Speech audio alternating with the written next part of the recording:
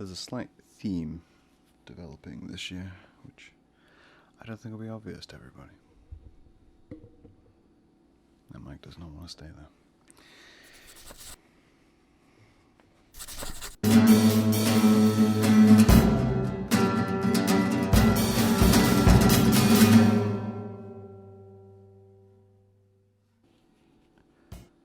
It's Sunday. It's a lovely Sunday. It's 20-something degrees outside. In fact, if you are religiously observant, it is an Easter Sunday, which is a thing, I guess. I have to be careful on Easter Sunday. I can't go outside. A lot of people seem to be wearing 2x4s with a guy who looks an awful lot like me. So I'm cautious. I'm cautious on these days. I've already made my annual joke on Easter about I have been risen and all that kind of stuff. I get it, I've got colt hair and beard. There's not much more I can do to shroud around that. See, I can't avoid it. Too many puns you can make at the expense of, people. Just people. But it's Sunday. It's a nice Sunday. I've been having a very quiet weekend and feeling terrible about it because that's how my brain works. My brain works in a manner which says, hey, you're doing nothing. Nothing is wrong. Which is crazy because I'm one of the people who is extremely comfortable with an abstract. Yet the idea of myself doing nothing is like the worst thing in the world. It's the kind of thing where I look at myself and the negative thoughts of all the things I could be doing come to brain and tell me off for it, It's an interesting dynamic. That kind of takes me back into like family and being a child and those things. We used to have this thing. This is just going to be a rambly story podcast. Apologies. We used to have this thing, and I don't know if anyone else had this. So in the UK, they have this thing called summer holidays. Summer holidays lasts approximately 6 weeks, or used to back in the day, back when I was young, in the pre-Jurassic era. When Sasquatches wandered. That's why I'm so hairy. There's 6 weeks in a summer holiday, and as a child, you could become bored, which is crazy, right? You could become bored because, your friends are off elsewhere. Maybe they're on vacation or on holiday or something, and, maybe your parents are working because adults don't get 6 weeks off in the holidays. I was very beneficial in the fact that my mom was a school teacher. She worked in schools, which meant she got the 6 weeks holidays off, which meant she was always around to look after us in those 6 weeks, apart from occasional training days. That was the thing. My dad's a shift worker, so there was always somebody around to do something with, to explore something with. But you'd end up on these days where there was just nothing to do, which never really existed in my brain. I've covered this in another one. I've never really truly been bored because boredom is indistinct. It's unknowable boredom, right? Sometimes when I find myself and I think to myself, oh, bored, I could do something, I focus on the most inane thing and suddenly I'm no longer bored. You're feeling bored, look out the window. Just stare out the window, regardless of what the window looks like. If you are bored, look out the window and just take 10 minutes to observe the world, and suddenly you're not bored because you're observing the world. Even things in your house. I can sit and stare at this blank wall and think, what am I getting out of this wall? We became very good at that. I'm very good at finding the interest in the thing which potentially isn't interesting, I guess, is the point I'm making. But we used to get that, and we used to do this in some holidays where you'd have kids who were just like wandering around like bored. Not me, I'd be off and I'd go making something, building something. I got a whole day. I'm going to do all the things. And energy to boot as a child. Now, my mum and other parents would be like, well, go out, go do. And that's what they tell their kids, right? Don't sit around the house all day being bored. And that undermines children's intelligence as well, right? because sitting around the house isn't necessarily boring. It can be fascinating, as I've just described. Also, you know, the things you enjoy happen to be in the house. So I'm just saying. But they want you to go out into the world and they want to explore things. They have good intentions. Most parents, and I say most, have good intentions. They're just trying to give you the thing which they want, right? Especially young kids. You think about it. If your parents are people who work constantly and are jealous about the amount of free time you have, the thing they want you to do is the thing they really want to do. Go out and do things. See your friends. Explore the world. Get out. Get some sunlight. All the things adults don't get much opportunity to do because we are fully in the construct of capitalism. You know, that's the truth of it. But why do I say this? Why do I bring all of this up? Well, because it's Sunday. It's Sunday. It's a quiet weekend. A quiet weekend is distinctly what most people want. Meanwhile, I look at a Sunday where I'm spending a quiet weekend and I think to myself, what a waste. I don't even mean that in a sense of like, what a waste of FOMO or anything like that, where I'm like, all those things going on in the world. No, I'm thinking to myself, what makes me feel good? Well, things which make me feel good is doing stuff, building stuff, and exploring stuff. And I'm not doing that. I'm somehow forcing myself to do the thing I don't enjoy, which is the nothing. The nothing needs to come on my own terms. There's levels of self-control here, and levels of own personal interest, which obviously also play into this, but that's the thing. But the thought I was settling on was this idea of society. we went too big too soon. I realized that now. I need to drag this back. So I was thinking about my Sunday, and I was thinking about all the things which are potential. And I was thinking about this actually on the Saturday, because in my head I'd spent the Saturday doing nothing. So on my brain I was like, I spent the Saturday doing nothing except watching the blossoms and having cups of coffee and chilling out in my place. And I went for a run and I watched some TV, and that was it. And I'm thinking, I should do something with the Sunday, right? Sure, I had one day, but I should do something with the Sunday, because it's the last day before I go back. And it seems a shame to not indulge the things I enjoy. It's probably why I ended up filming the podcast today, because part of me won't let me rest. And I thought to myself, it's a Sunday. And then in my brain I was listing the things. As anyone who knows me knows, I have a big list of things. Things I could potentially do. Things I will do. Things I'll never do. Things which, would do for love but won't do that. All these things. Meatloaf joke. All these things. And I was listing them in my head, and I got to a point where I ended up never making a decision. The reason I recorded today was because the way I do this, if you like a slight insight, is I do have a list of topics, but occasionally a thought just comes to me, and then when I start talking to myself about that thought, I think I should set up a camera and we should talk about this. And that's what was happening. I was thinking about this idea that I'd made this list in my brain, this mental list of potential projects I could do on Sunday. Potential things I could do. I could go out. I could go buy some potting soil because I'm starting to grow some plants. I could do some sculpture stuff. I thought about that. I thought I could get my paints out. I could continue the experimentation I was doing the other day. And all those things, they kind of mounted and basically immobilized me. They immobilized me down to a point of, I don't know what to do. I don't know what to do, so I'll do nothing. And that stuck with me, because that's not how my brain operates.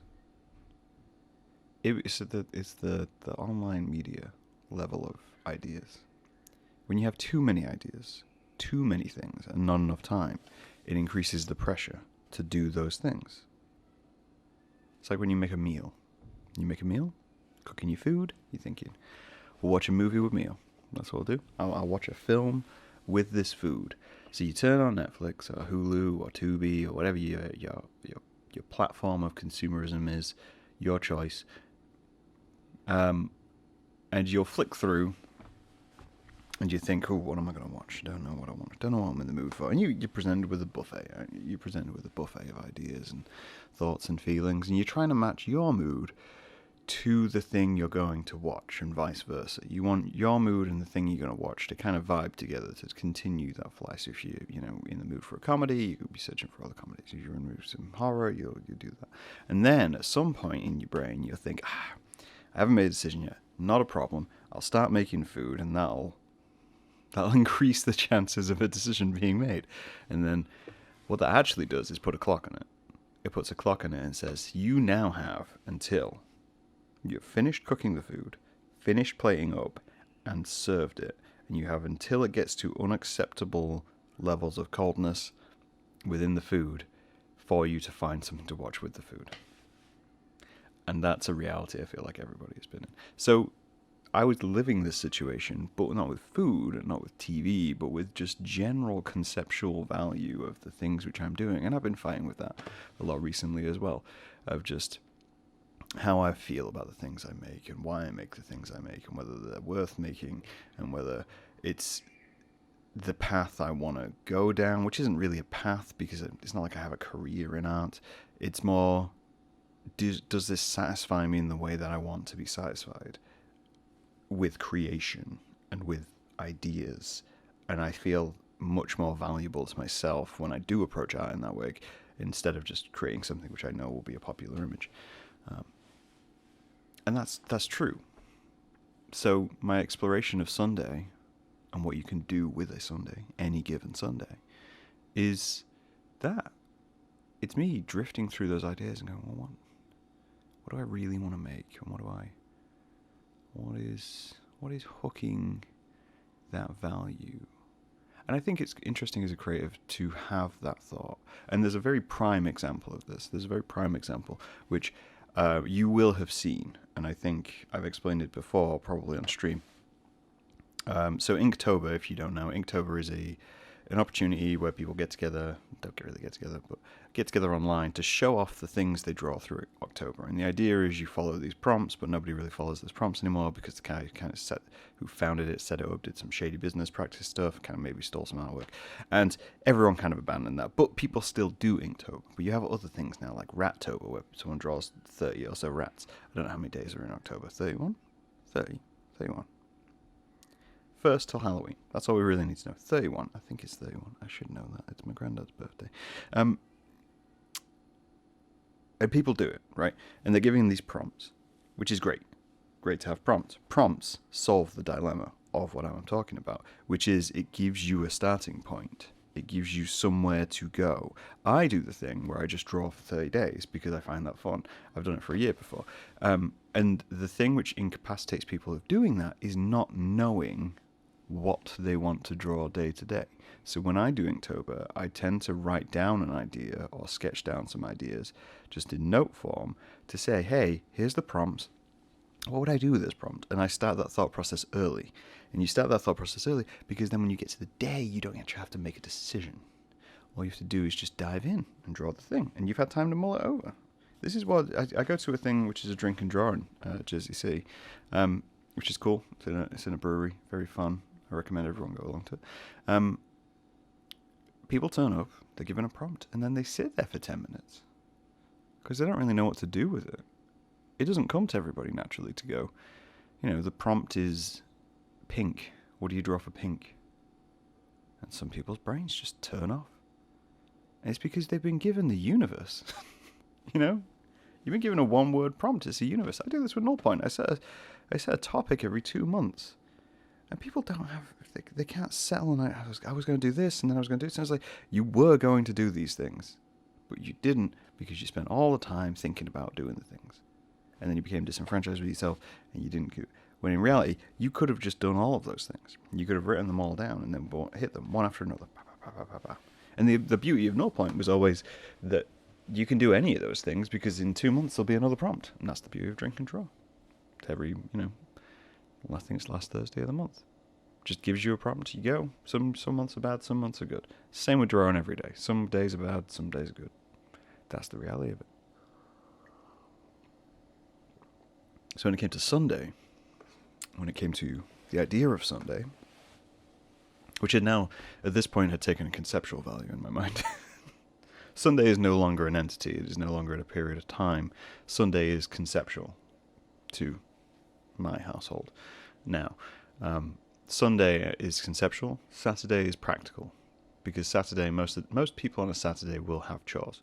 They'll have something to do. But Sunday is conceptual. Most people think the Lord gets Sunday, sticking on the Easter theme. But that's not true. The artist gets Sunday. On Sunday we rest. No. On Sunday we indulge, is the message I'm putting out to the world. On Sunday we indulge. In Sunday we present ourselves with the best versions of ourselves to do the things. I think it's a better way to do it. Because then it reminds you as well. It reminds you into Monday through Friday that you do those things. You do enjoy those things, and you should embrace that. That's the brilliance of it. That's the magic of it, if there is such a thing. So how does that relate to the world? How does being incapacitated by choice present itself to everybody? What does it day to day? Does it day to day with food choices, style choices, clothing choices? I threw some clothes away today. I never wear them. They don't fit anymore, and each time I put them on, I think to myself, I don't like how this fits, and then it goes back in the cupboard, and today I just decided to get rid of them. Limited my choices. Reduced my options. Societally, day to day right now, we are being presented with myriads of options. But we're also being presented it in such a way that it never seems like you have options. The way a lot of structures are set up are set up to essentially reduce your choice, or to give you the impression of reduced choice. And I think that's what I mean when I think this is about society. Society is set up to reduce your choice, to create conflict and disenfranchisement. You are given bad news. You are presented with that bad news.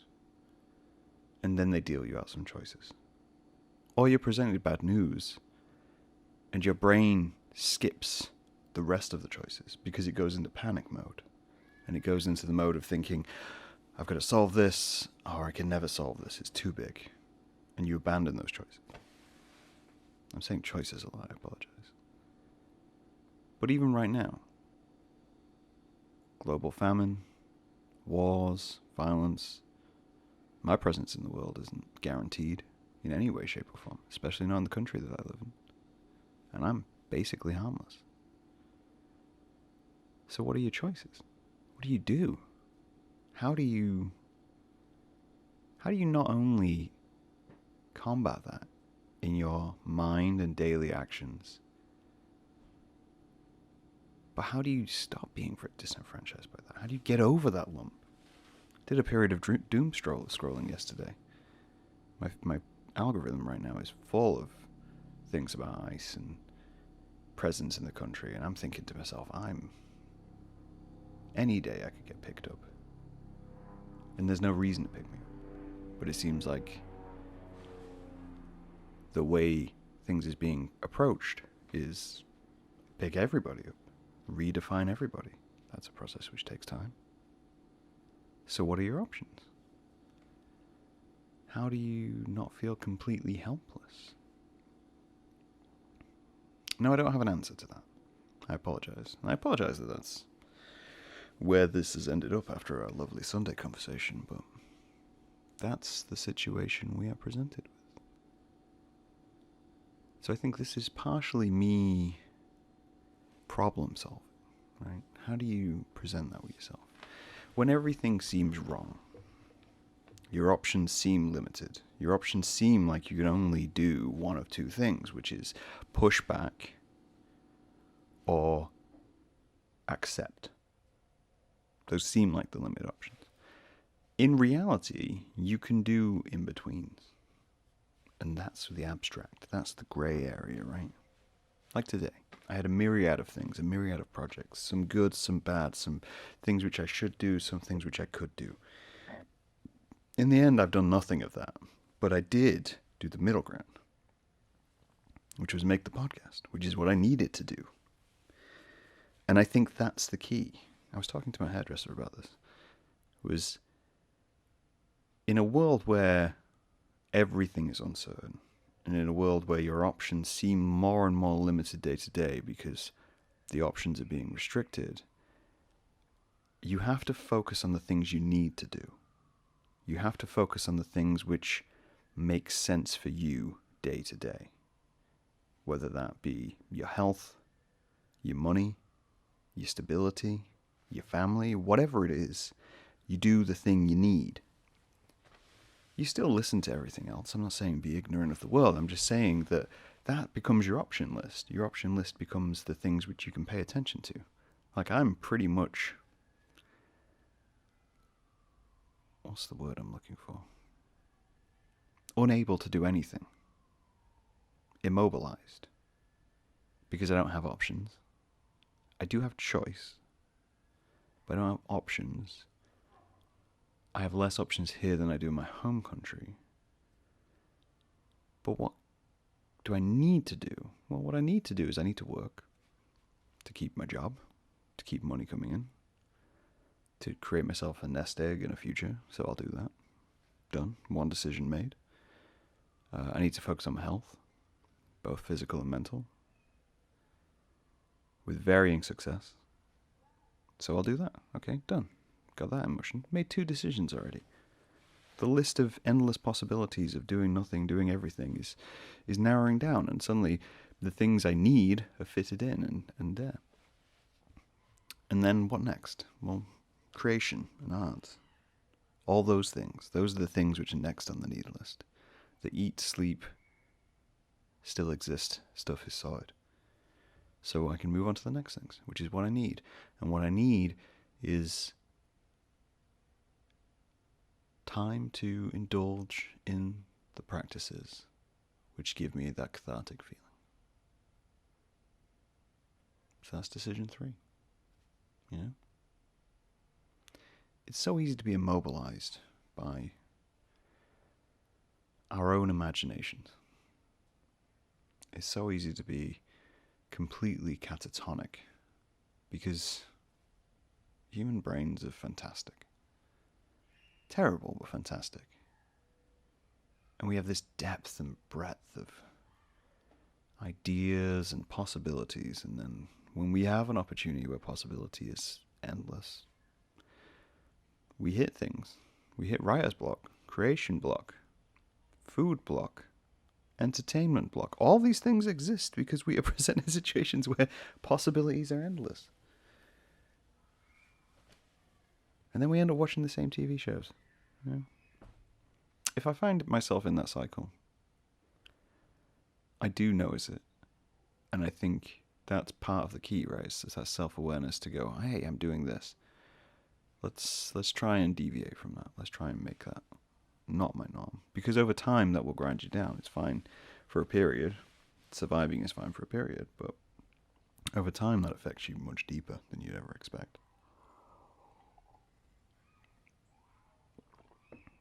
But I almost feel like it's more dangerous than FOMO. You know, it's more dangerous than that idea of, oh, I didn't do anything because there was too many opportunities for me to go do. No, I didn't do anything because even the prospect of possibilities was too much. I was trying to have a point to make, but for a lazy Sunday, I don't know if there is one. I think if I'm making a point or giving advice, it would be this. He says, after just saying, probably got no point to make. Sunday should remain conceptual. And if you're a person who works a level of 9 to 5, maybe your Sunday doesn't end up on a Sunday. Maybe it ends up on a different day. But there should be a day in your week which is conceptual, undefined, is part of the possibilities, but is not defined by that possibility. So, days before, you think to yourself, the possibilities are endless, but what do I need? What do I need to feed myself? What do I need to feed myself conceptually? outside of doing chores and caring for people and all those things. It seems in my brain a very selfish thought. But I know I think that is my brain and the way it works. And that is something I need to improve.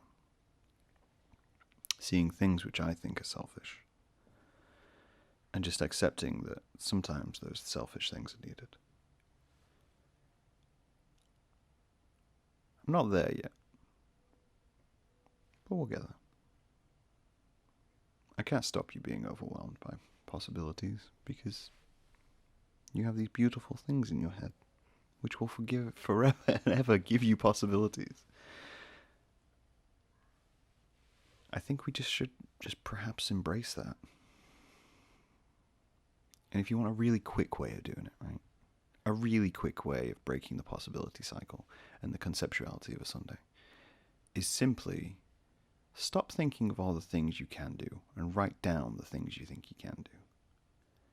And then if you want, time box them. And when you do that, your brain will do the math of how many hours there are in Sunday and what is possible. And a plan will just form in itself. Because there's always another Sunday coming. The state of the world on that Sunday to be, who knows? As I say, Sunday's conceptual. But it might get you out of that funk. It's mid-afternoon. See if I can record another one of these.